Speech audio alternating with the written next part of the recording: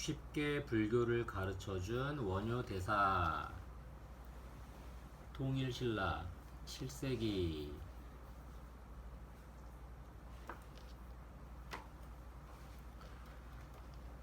진평왕이 신라를 다스릴 때의 일이에요. 경산에 사는 관리의 아내가 신비한 꿈을 꾸었어요. 지난밤 꿈에 별똥별이 제 품속으로 파고들었어요. 오, 우리에게 귀한 자식이 생기려나 보. 그 뒤 정말로 아내의 배가 불러왔는데 하루는 부부가 나들이를 나섰다가 커다란 밤나무 아래에서 아이를 낳게 되었어요. 부부는 아이 이름을 서당이라 짓고 고이고이 길렀지요. 서당은 일찍 부모를 잃었어요. 서당은 커가면서 생각에 잠기는 때가 많아졌지요. 사람은 왜 태어나서 죽는 것일까? 죽은 뒤에는 어디로 가는 것일까? 깊은 생각 끝에 깨달음을 얻고 나던 서당은 마침내 머리를 깎고 스님이 되기로 결심했어요.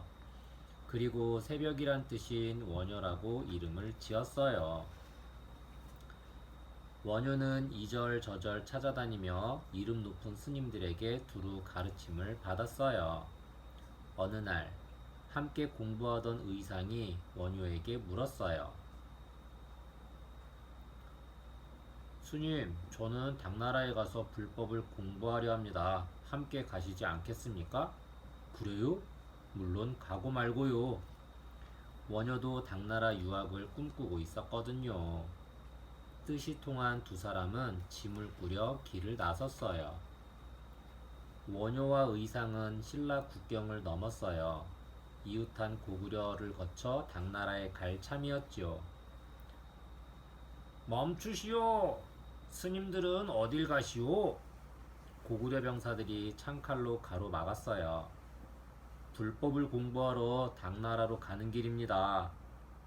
혹시 가짜 스님은 아닌가? 끌고 가 조사를 해야겠소. 진짜 스님임이 밝혀져 무사히 풀려나긴 했지만 당나라 유학을 접고 신라로 되돌아와야 했어요. 이번에는 백길로 당나라에 갑시다. 10년 뒤 두 사람은 다시 유학길에 올랐어요. 당나라로 가는 배가 떠나는 당항성에 이르렀을 때 사방이 온통 어두워지더니 비가 쫙쫙 쏟아졌어요. 당항성, 오늘날의 경기도 화성, 신라와 중국을 잇는 교통의 요지였음. 오, 저기 굴이 있군요. 비 좀 피해야겠어요. 두 사람은 몹시 피곤한 나머지 금세 골아 떨어졌어요. 한밤중에 원효는 목이 말라 잠이 깼는데 더듬더듬 물그릇을 찾아 벌컥벌컥 물을 들이켰어요. 이튿날 아침, 원효는 소스라치게 놀랐어요. 여긴 무덤 속이잖아. 그렇다면 내가 마신 물은? 달게 마셨던 그 물은 해골에 고인 빗물이었어요. 원효는 속이 뒤집혀 웩웩 토하기 시작했어요. 간밤에는 그토록 달고 시원했는데 해골 물임을 알고 나니 이리도 역겹단 말인가? 그래, 중요한 것은 눈에 뵈는 것이 아니라 바로 마음이다. 큰 깨달음을 얻은 원효는 신라로 발길을 돌렸어요. 세상 모든 것은 마음먹기에 달렸다. 원효는 그 깨달음을 소중히 받들어 부처님 말씀을 알기 쉽게 책으로 쓰는 한편 백성들에게 불교를 널리 알리는데 힘을 쏟았어요. 누가 자루 없는 도끼를 빌려주지 않겠나. 내가 하늘을 떠받칠 기둥을 깎고자 하네. 언제부터인가 원효는 이상한 노래를 부르고 다녔어요. 이 노래가 무슨 뜻인지는 아무도 몰랐어요.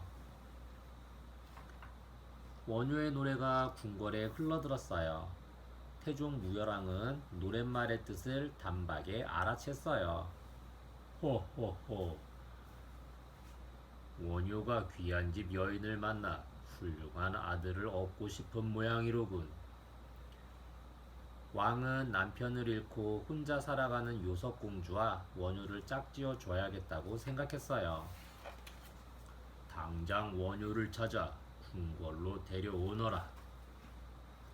원효는 남산 아래 다리를 지나다가 신하들을 보고는 게을러 풍덩 뛰어들었어요. 저런, 다친 데는 없습니까? 물에 흠뻑 젖으셨군요. 허허, 난 괜찮소. 옷을 좀 말려야겠는데. 그렇다면 저희를 따라오시지요. 원효는 자연스레 요석공주가 머무는 궁궐로 갔고 그곳에 한참 동안 머물렀어요. 원효와 요석공주 사이에 아이가 태어났어요. 똘똘하게 생긴 사내 아이였지요. 원효는 아이에게 설총이란 이름을 지어주었어요. 원효 스님이 장가들어 아이까지 낳았다며? 저 설총이 바로 스님의 아들 아닌가? 주위의 수군거림 속에서도 설총은 쑥쑥 자랐어요. 뒷날 설총은 신라에서 으뜸가는 학자가 되어 이두를 정리해서 완성하였답니다. 이두, 신라 때의 한자의 소리와 뜻을 빌려 우리말을 적던 방법. 원효는 궁궐을 닿아서 장터로 갔어요. 스님의 옷을 벗어던지고 무더기를 걸쳤어요. 이제부터는 날 소성거사라 부르시오. 소성거사란 천한 사람이란 뜻이었어요. 원효는 바가지를 두드리며 노래까지 불렀어요. 모든 것에 거리낌이 없어야 삶과 죽음에서 벗어나리라. 불경을 쉽게 풀이하여 만든 노랫말이었지요. 원효는 힘겹게 살아가는 백성들이 있는 곳이면 어디든지 달려가서 춤추고 노래하며 부처님의 말씀을 쉽게 풀이해서 들려주었어요. 부처님 말씀이 귀에 쏙쏙 들어오는 걸. 원효 스님이 알려주는 불교는 쉬워서 참 좋아. 더러는 스님이 광대지시나 한다고 헐뜯었지만 원효는 그럴수록 더 열심히 백성들을 찾아다니며 노래와 춤으로 부처님 말씀을 전했어요. 스님, 부처님 말씀 좀 들려주세요. 거지와 떠돌이도 원효 곁에 모여들었어요. 스님, 오늘은 무슨 노래 해주실 거예요? 철없는 아이들까지 원효를 친구처럼 따랐어요. 원효는 백성들에게 불교를 널리 전하면서 부처님 말씀을 정리해서 많은 책으로 남겼어요. 일찍이 해골물을 마시고 깨달음을 얻었던 원효는 불교 발전에 큰 공을 세우고 70살에 세상을 떠났답니다.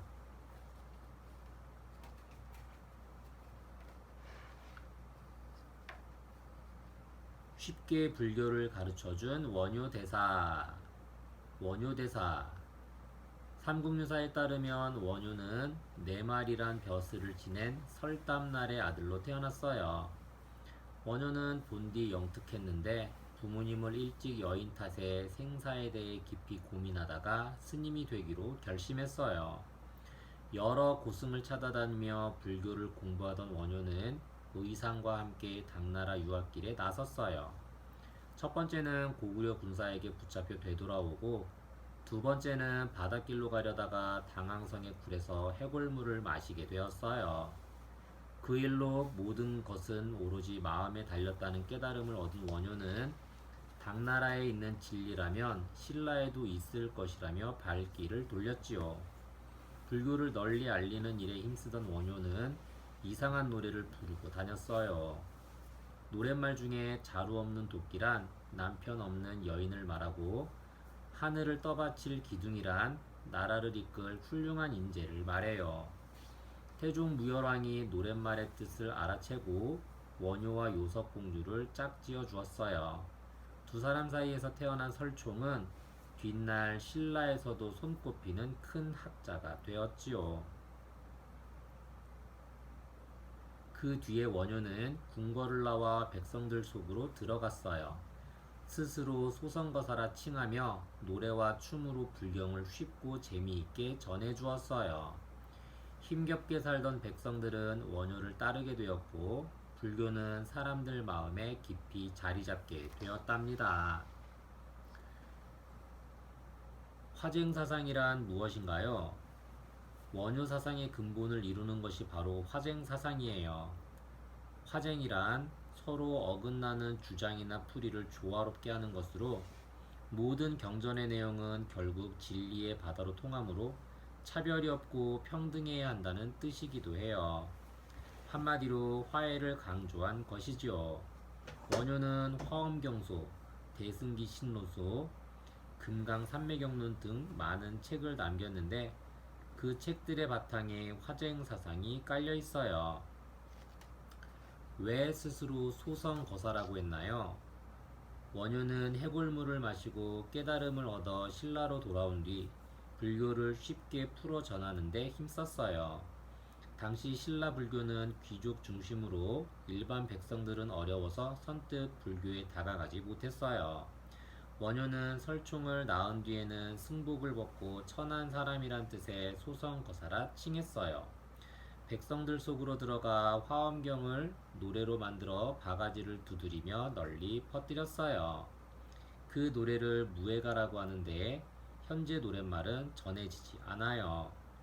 뒷날 신라에서는 가난한 백성은 물론 거지와 떠돌이까지 부처를 알고 나무아미탑을 관세음보살을 웸 수 있었다고 하니 스스로 소성거사라 부르며 낮은 곳으로 내려갔던 원효가 신라불교에 어떻게 기여했는지 알려주는 대목이에요. 또 다른 이야기가 있다고요? 해골물 이야기와는 조금 다른 내용도 있어요. 당나라 유학길에 나섰던 원효는 밤에 머물 곳을 찾다가 어느 굴에 잠을 청했어요. 이튿날 깨어나 보니 그곳은 굴이 아니라 무덤이었어요. 그날 밤 거기서 하룻밤 더 자게 되었는데 굴인 줄 알았을 때는 단잠을 잤지만 무덤임을 알고 나니 귀신에 시달려 잠을 잘 수 없었어요. 결국 모든 것은 마음에 달렸다는 진리를 깨닫고 신라로 돌아왔다고 해요. 자유롭게 살기. 사람은 누구나 자유롭게 살기를 원해요. 이 이야기 속의 원효는 세상 어디에도 매이지 않고 참된 자유를 누리며 살다간 사람이에요. 자유롭게 불교를 공부했어요. 원효의 자유로움은 불교 공부를 시작할 때부터 나타나요. 스스로 지은 원효란 이름에는 자신이 앞으로 깨쳐나갈 지혜에 대한 강한 자부심이 들어있어요. 원효는 한 스승 밑에서 오래 공부하는 관행을 깨뜨리고 여러 스승을 찾아다니며 폭넓게 공부했어요. 그러다가 당나라로 떠나는 유학길에서 깨달음을 얻자 과감하게 유학을 접고 돌아왔어요. 원효는 어디에도 얽매이지 않는 공부를 했지요. 마음을 가장 중요하게 여겼어요. 해골물을 마신 뒤에 유학을 접은 것이나 스님의 몸으로 아이를 낳은 것이나 모두 마음을 가장 중요하게 여겼기 때문에 가능했어요. 마음만 바로 다스리면 어디에서 무엇을 하든 마찬가지라는 깨달음에 바탕을 둔 거지요. 원효는 다른 승려들이 엄두도 못 내는 일을 서슴없이 했어요. 그런 행위에 진심이 담겨 있었기에 단순한 괴짜 스님에 머물지 않고 위대한 스님으로 존경받을 수 있었던 거예요. 스스로 낮은 곳으로 내려갔어요. 원효가 불교에 대해 깨친 내용은 뛰어난 것이었어요. 그래서 당시의 승려들도 원효를 으뜸으로 쳤고 또 그에게 배움을 구했어요. 하지만 원효는 높은 곳에 머물지 않았어요. 눈높이를 낮춰 백성들 속으로 들어갔지요. 광대를 흉내내며 노래와 춤으로 불교 교리를 쉽게 전했어요. 백성들이 찾기 전에 자기가 먼저 백성들에게 다가갔어요. 그 덕분에 신라에서는 많은 사람이 불교를 믿게 되었지요. 지도와 함께하는 유적지 여행. 분황사. 경상북도 경주시 구왕동에 있는 절로 선덕여왕 때인 634년에 세워졌어요.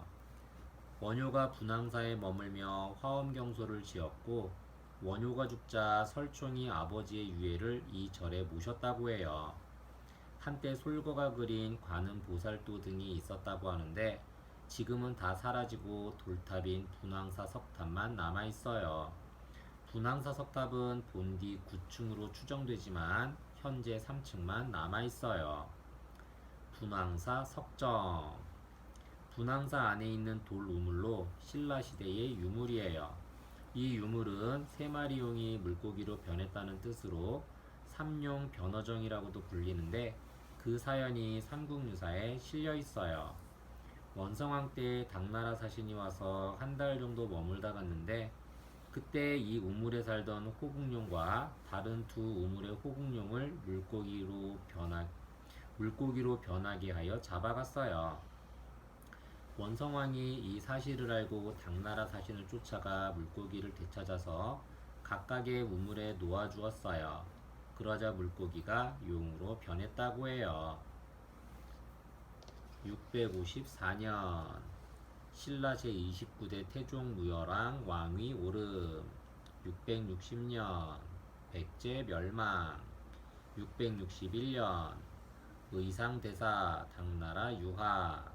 668년 고구려 멸망. 676년 신라 삼국 통일.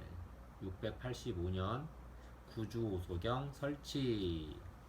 692년 설총 이두 정리.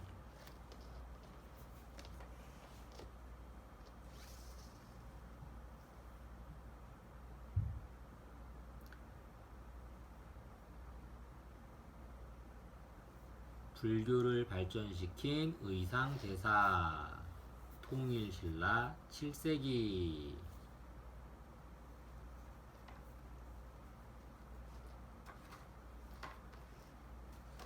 신라 때 서라벌에 황복사라는 절이 있었어요. 의상은 29살에 이 절에서 스님이 되었어요. 의상은 밤낮으로 불법을 공부했지만 뭔가 늘 부족하다는 생각이 들었어요. 원효 스님을 찾아가 의논해봐야지. 의상은 자기보다 8살 많은 원효를 잘 따랐어요. 스님, 당나라에 가서 불법을 공부하면 어떨까요? 참 좋은 생각이요. 함께 갑시다. 의상과 원효는 곧바로 길을 떠났어요. 하지만 신라를 벗어나 고구려 땅에 들어서자 국경을 지키던 고구려 군사들이 앞길을 막았어요. 너희는 어느 나라에서 보낸 염탐꾼이냐? 우린 염탐꾼이 아니오. 유학을 떠나는 중들이라오. 누가 그럼 거짓말에 속을 것 같으냐? 의상과 원효는 억울하게 옥살이를 하다가 수십일 만에 겨우 풀려나 신라로 돌아왔어요. 10여 년이란 세월이 흘러갔어요. 의상과 원효는 다시 당나라 유학길에 올랐어요. 이번에는 바닷길을 택해 당항성에 다다랐는데 비를 피해 들어간 굴 속에서 원효는 깨달음을 얻어 그냥 신라로 돌아갔어요. 할 수 없군. 혼자서라도 당나라에 가야지. 다행히 의상은 당나라 사신의 배를 얻어 탈 수 있었지요. 의상은 당나라 양주 땅에 머물렀어요. 유지인이라는 장수가 그곳을 다스렸는데 의상을 모셔다가 불법을 공부하곤 했어요. 유지인은 의상을 정성껏 대접했지요. 내가 여기에 온 것은 더 큰 공부를 하기 위해서야. 하루빨리 지엄 스님을 찾아가야겠다. 의상은 종남산 지상사로 길을 떠났어요. 그곳에서는 지엄이 화엄종을 널리 펴고 있었지요. 화엄종, 화엄경을 바탕 경전으로 하는 불교의 한 갈래. 의상이 찾아오기 전날 밤에 지엄은 신비한 꿈을 꾸었어요. 지엄은 제자에게 꿈 이야기를 들려주었지요. 간밤 꿈에 해동에서 나무 한 그루가 쑥쑥 자라더니 그 가지와 잎이 당나라까지 뒤덮는 게 아니겠나.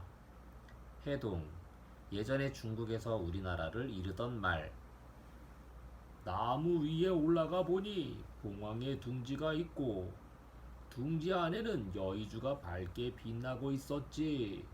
오색찬란한 그 빛은 멀리 멀리 퍼져 나갔다네. 이는 틀림없이 귀한 손님이 오실 꿈이니 어서 절 구석구석을 깨끗이 청소하게나. 지엄은 손님 맞을 준비를 꼼꼼하게 마쳤어요. 땅거미가 질 무렵 의상이 도착했어요.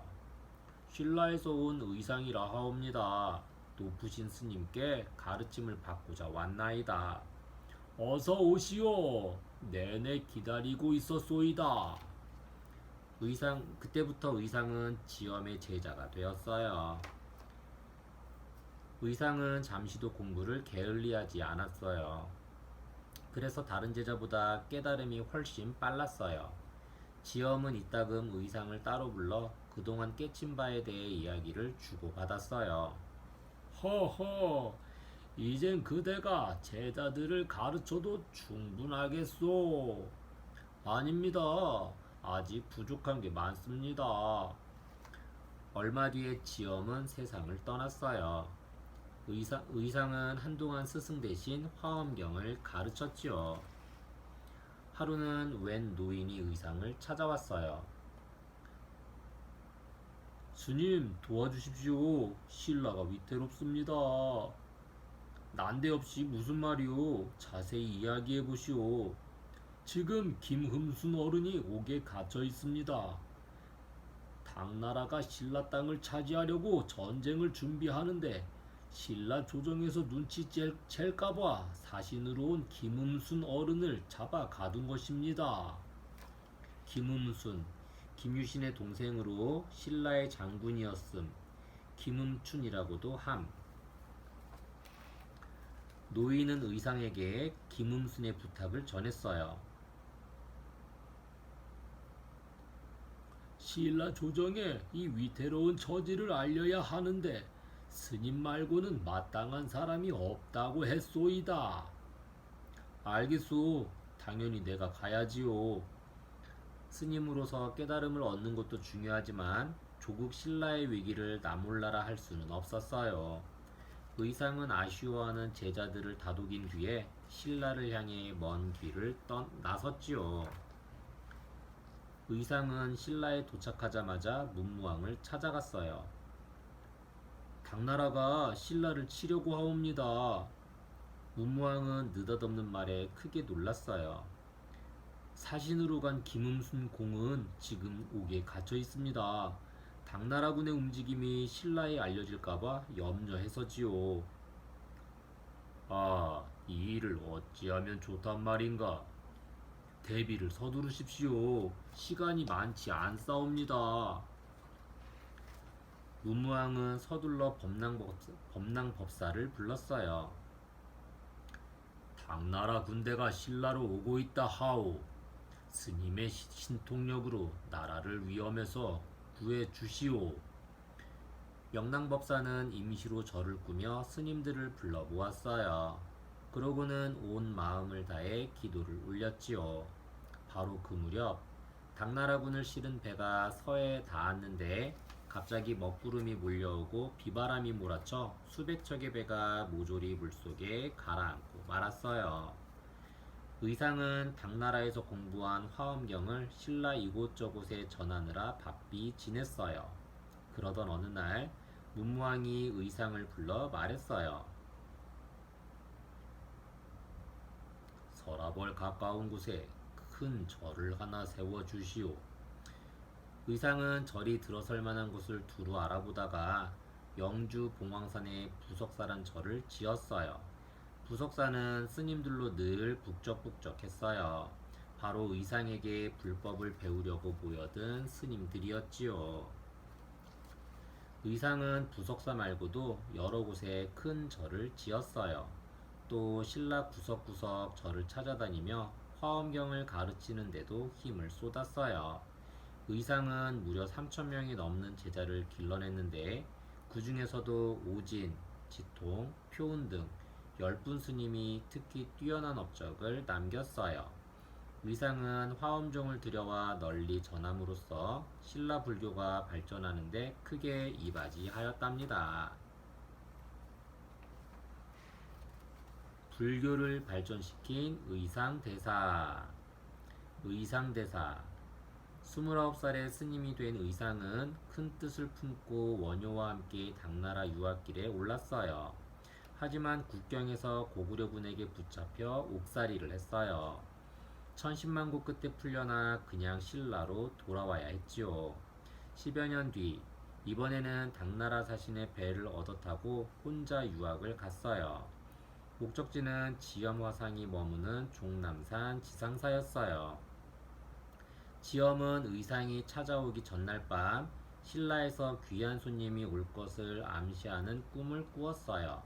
지엄은 절 안팎을 깨끗이 청소하고 의상을 맞았으며 제자로 삼아 화엄경을 가르쳐 주었어요.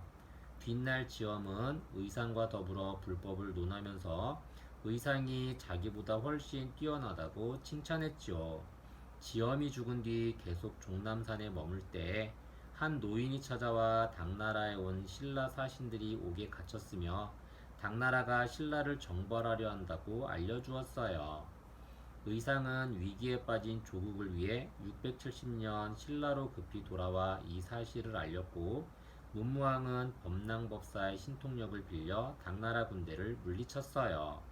의상은 676년에 부속사를 창건하고 신라의 화엄종을 널리 퍼뜨리는데 힘썼어요. 부석사뿐만 아니라 원주 비마라사, 가야산 해인사, 비슬산 옥천사, 금정산 범어사, 지리산 화엄사 등 큰 절을 짓고 전국을 돌아다니며 불법을 전했죠. 또 뛰어난 제자들을 길러내어 신라 불교 발전에 크게 이바지했답니다. 의상은 어떤 스님인가요? 의상은 당나라에서 화엄종을 배우고 돌아와 해동 화엄종의 창시자가 되었어요. 당나라에 있을 때인 668년에 화엄일승 법계도라는 책을 지었고 신라로 돌아온 뒤인 676년에는 왕명으로 부석사를 세웠지요. 그 밖에도 여러 절을 세워 화엄종을 알리는데 힘썼어요. 의상은 많은 제자를 길러냈는데 그 중에서도 가장 뛰어난 10명의 제자를 의상 10철이라고 해요. 오진, 지통, 표훈, 진정, 진장, 도융, 양원, 상원, 능인, 의적을 말하지요. 의상은 책도 많이 편했다고 하는데 안타깝게도 거의 전해지지 않아요. 선묘낭자 이야기를 알고 있나요? 의상과 선묘낭자 이야기는 송고승전에 실려 있어요. 선묘는 의상을 지극히 사모한 당나라 여인이에요.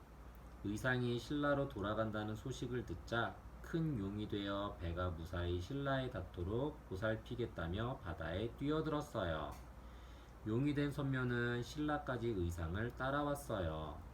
부석사를 지을 때 도적대가 나타나자 선묘가 바위로 변해 도적들을 물리치고 무량수전 뒤에 내려 앉았다고 해요. 실제로 무량수전 뒤에 있는 부석이란 바위는 마치 공중에 떠 있는 것처럼 보이지요. 학문의 길. 불경 연구에 뛰어났어요. 불교의 가르침을 따르는 스님들도 저마다 하는 일이 달라요. 어떤 스님은 암자에 머물며 참선을 주로 하고 어떤 스님은 불경을 깊이 연구하며 어떤 스님은 불교를 널리 전하는데 힘을 쏟아요. 의상은 불경을 연구하는 데 뛰어난 능력을 보였어요. 중국에서 화엄종을 배워 신라에 전했고 큰 절을 여럿 지었으며 수많은 제자를 길러냈어요. 의상은 학문하는 스님의 모범을 보여주었지요. 끝까지 꿈을 포기하지 않았어요. 의상은 누구보다 열심히 공부했지만 늘 부족함을 느꼈어요. 그래서 넓은 곳으로 가서 더 깊이 공부해야겠다고 생각했지요. 뜻을 세우면 반드시 실천이 따라야 해요. 의상은 곧바로 당나라 유학길에 올랐어요. 고구려 땅을 지나가다가 첩자로 오해받는 등 고난을 겪기도 하지만 끝까지 희망을 접지 않고 당나라 유학에 성공하죠. 어려워도 꿈을 잃지 않는 자세야말로 학문의 길로 가는 첫걸음이에요. 훌륭한 스승을 찾아갔어요. 학문에서 스승과 제자 관계는 매우 중요해요. 세계 최고 수준의 학문을 배우려면 세계에서 가장 훌륭한 스승을 찾아가야 해요. 의상이 유학길에 오른 것도 그 때문이지요. 의상은 당시 화엄경 연구에서 가장 권위를 지닌 지엄을 찾아갔고 거기에서 수준 높은 제자들과 어깨를 나란히 하고 공부했어요. 지엄이 신기한 꿈을 꾼 것은 의상이 지엄 밑에서 공부할 자격이 있음을 암시해 주는 거예요. 배운 것을 널리 나누었어요. 학문이란 말에는 배우고 묻는다는 뜻이 들어있어요. 배우고 가르쳐야 비로소 학문이 완성된다는 뜻이에요. 의상은 신라로 돌아온 뒤 당나라에서 배우고 익힌 화엄종을 널리 퍼뜨렸어요. 지엄이 의상을 가르쳤듯이 자신도 수많은 제자를 가르쳤어요. 여러 절을 지은 것도 같은 이유에서지요. 의상을 통해 많은 사람이 발달된 학문을 접할 수 있었고 그럼으로써 학문은 더욱더 발전하게 되었지요. 지도와 함께하는 유적지 여행. 부석사. 경상북도 영주시 부석면 봉황산 중턱에 있어요. 676년 의상이 왕명을 받들어 지은 해동 화엄종의 중심 사찰이지요. 부석사 창건에 얽힌 이야기는 송고승전이란 책에 실려 있어요. 부석사에는 무량수전과 조사당을 비롯하여 소조 열애좌상, 조사당 벽화, 무량수전 앞 석등 같은 국보, 3층 석탑과 석조 열애좌상 같은 보물, 삼성각, 범종루, 안양문 등 문화재가 많이 있어요. 부석사 무량수전. 국보 제18호로 부석사의 중심 건물이에요.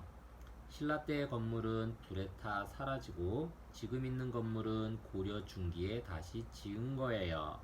그 뒤에도 여러 번 손질을 거듭했지요. 무량수전은 높은 화강석 기단 위에 남향으로 지어졌으며 앞면 5칸, 옆면 3칸으로 되어 있어요. 기둥 가운데가 굵고 위아래로 갈수록 가늘어지는 백을림 기둥은 무령수전의 아름다움 중 백미로 꼽혀요. 660년 백제 멸망. 661년 의상대사 당나라 유학. 668년 고구려 멸망. 676년 신라 삼국통일 의상대사 부석사 지음. 685년 구주오서경 설치. 692년 설총 이두 정리. 751년 김대성 불국사 석굴암 지음.